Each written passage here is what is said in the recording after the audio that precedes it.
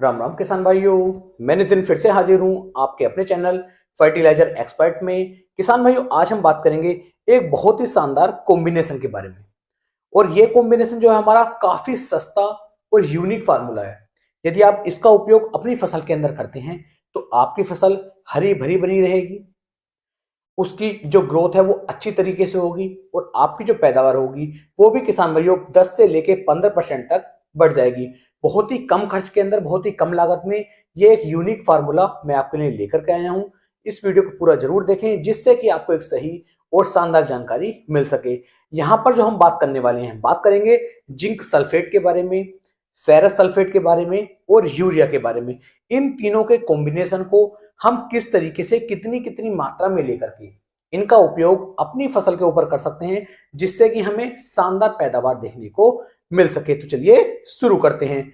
सबसे पहले बात करते हैं जिंक सल्फेट की कि आखिरकार जिंक सल्फेट हमें कितनी मात्रा में लेना है और उसके क्या क्या फायदे देखने को मिलेंगे। जिंक सल्फेट के अंदर आपको जिंक की मात्रा देखने को मिल जाती है और सल्फर की मात्रा देखने को मिल जाती है। ये जो आप लेंगे ये ले लीजिए 33% वाला, जिसके अंदर सल्फर और जिंक दोनों का कॉम्बिनेशन दिया गया है। हमारी फसलों के अंदर ज्यादातर किसान भाइयों इस समय पर जिंक की कमी देखने को मिल रही है, तो जिंक की पूर्ति भी इससे हो जाएगी। साथ ही साथ दूसरा कॉम्बिनेशन है इसके अंदर सल्फर, तो सल्फर की कमी भी फसलों के अंदर चल रही है और सल्फर की जब हम पूर्ति कर देते हैं तो हमारी फसल अच्छी तरीके से ग्रोथ करना शुरू कर देती है। फसल की जो हाइट है वो भी बढ़ना शुरू हो जाती है, फसल हमारी हरी भरी हो जाती है और पैदावार भी किसान भाइयों 10 से 15% तक हमारी बढ़ जाती है। तो सल्फर की मात्रा भी आपको यहाँ पर ले लेनी है। तो जिंक और सल्फर को की जो हमारी 33% वाली जिंक सल्फर आती है, जो जिंक सल्फेट हमारा आता है, इसकी मात्रा आपको लेनी है किसान भाइयों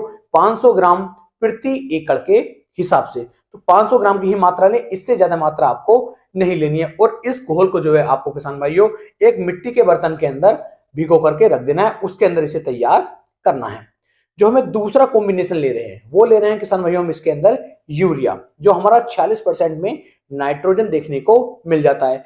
इसकी मात्रा किसान भाइयों आपको लेनी है 1 किलोग्राम प्रति एकड़ के हिसाब से। और 1 किलोग्राम यूरिया को आपको इसे भी भिगो करके रख देना है, ये भी आपका घुल करके तैयार हो जाएगा।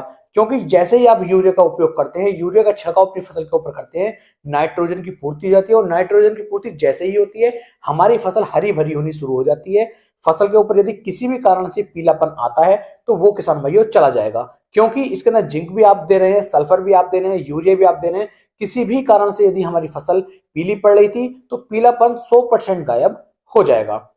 बात करते हैं तीसरे कॉम्बिनेशन की। जो तीसरा कॉम्बिनेशन हमने लिया है वो है किसान भाइयों फेरस सल्फेट। अब फेरस सल्फेट जो लेंगे इससे भी हमारी फसल हरी भरी होती है, इससे भी ग्रोथ बढ़ती है और जो पीलापन होता है किसान भाई वो भी चला जाता है। तो इन तीनों का जो एक कॉम्बिनेशन है, ये कॉम्बिनेशन बहुत ही शानदार तरीके से हमारी फसल के ऊपर ये कार्य करता है और हमारी फसल के पैदावार को बढ़ाता है। तो फेरस सल्फेट की मात्रा आपको यहाँ पर लेनी है 250 ग्राम प्रति एकड़ के हिसाब से और इसे भी किसान भाइयों किसी मिट्टी के बर्तन के अंदर आपको भिगो करके रख देना है।